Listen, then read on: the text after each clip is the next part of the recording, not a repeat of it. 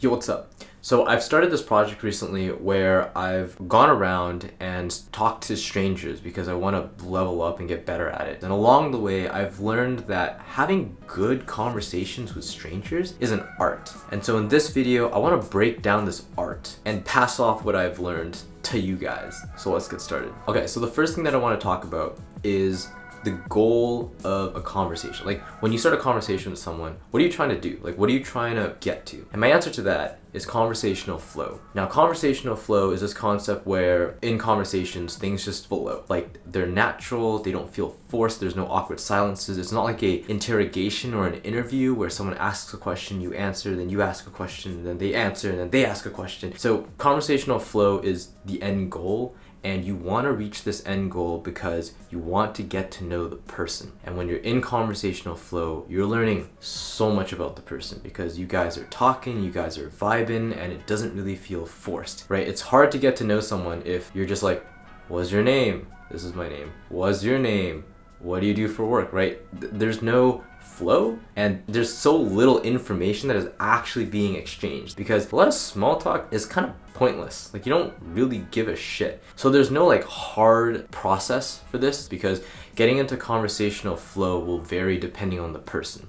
Some people, they're just not open to talking, and that's okay. But there are 3 things that I want to talk about in this video that will help you maximize the chances of getting into conversational flow. So let's talk about them. The first thing is finding things to talk about, right? Like, you can't get into conversational flow if you don't start the conversation. So how do you start the conversation? Triangulation. Triangulation is this concept where you find something to talk about. You find like a common point between you and the other person, like that makes a triangle. That's why it's called triangulation. And you talk about it. So the easiest thing to do is pick physical objects. Like, if the person is holding a guitar, ask, hey, is that your guitar? Do you play guitar? If the person is listening to music, you can ask what music they're listening to. Like, here's a couple more examples.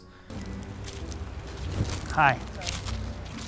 So I saw you playing the ukulele. Yes. So you have a scooter.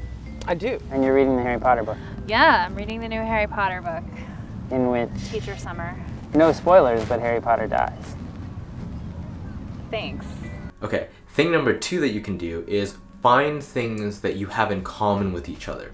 And how you can do this is this concept called fishing. Now, I kind of made this term up. It's a bit difficult to explain, but at a very high level, the idea is answer with more information about yourself than just the answer to their question. So if someone asks like, hey, what's your favorite color? You can just say green, or you can say something like, oh, I really like the color green because ever since I was a kid, I wanted to be an artist, and I found green to just be a really nice color that I used all the time because I liked how bright it was and it reminds me of nature. That's fishing because you're putting out little pieces of yourself in almost like bait form, and you're watching the other person to see if they latch onto the bait and take it. And this is important because if someone does that, you know that you guys now have a connection point. You have something to talk about because if that person latches onto that piece of bait, they care about it. So back to the original example, if the person I'm talking to is like, oh, you wanted to be an artist since you were a kid, is that what you're doing right now? If they say something like that,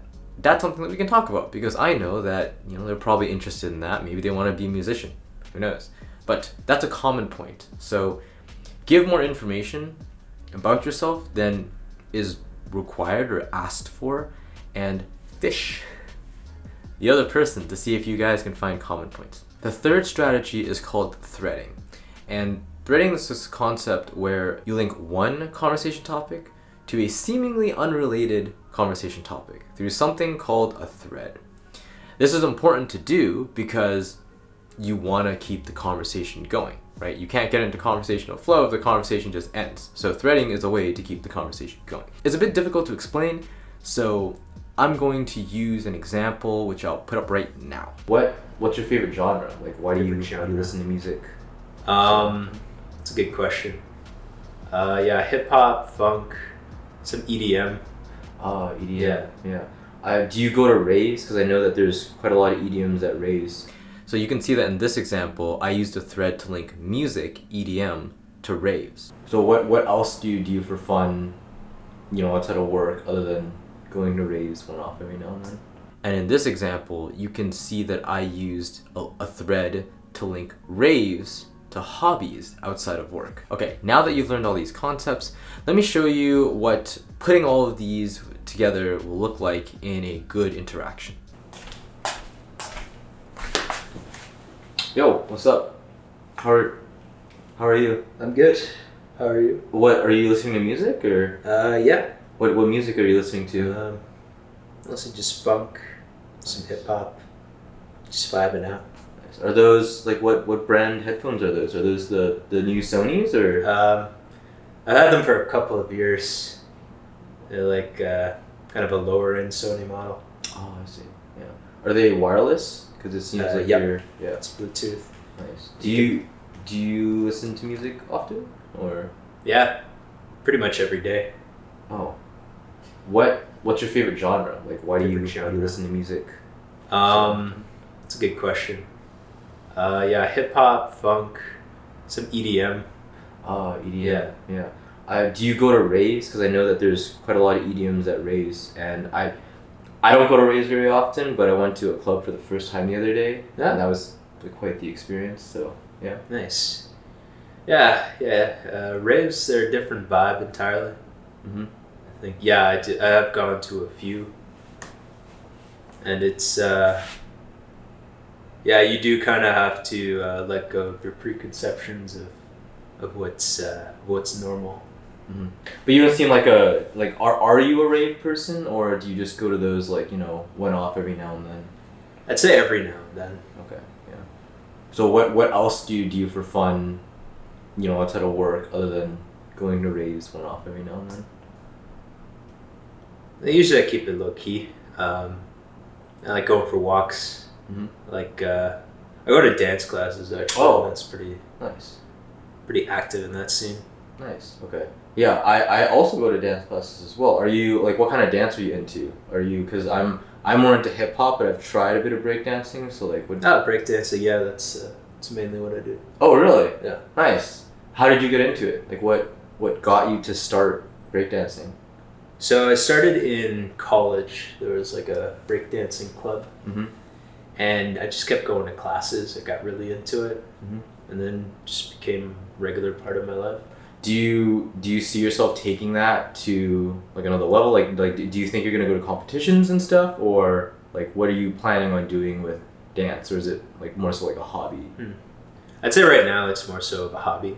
Mm-hmm. I've never really I've thought about taking it more seriously, but for now it's just for fun, creativity, and just a good way to unwind. Mm-hmm. Yeah, well, I actually have to go, so it was nice meeting you. What was your name, by the way? Yeah, I'm Connie. Connie? Okay, Andy. Nice to meet you, Andy. Alright, I'll see you around. Take care. Alright, that's pretty much the end of this video. To summarize, when interacting with strangers or people, you want to get into conversational flow, and you want to do that so you can get to know the person. And to increase your chances of doing that, there's 3 things that you can do. First, find things to talk about using triangulation. Second, find things that you guys have in common using fishing. And third, keep the conversation going using threading. I will leave you with a caveat though. A lot of friends, whenever I tell them this stuff, they're like, oh, this is too mentally heavy to process. In the middle of a conversation, I don't want to think, oh, I have to thread this topic to this topic, and what things do we have in common? What can I talk about? Just remember that at a high level, you're just finding things to talk about. You're just trying to find things that you guys have in common and give more information than what is needed. And through time and practice, this stuff will become second nature to you. This is a very logical breakdown of this stuff, just so you guys can kind of understand the theory and the deconstructed version of a conversation. But you'll learn through time and you'll learn through practice. So give it a shot, let me know how it goes, and I will see you in the next video. Peace.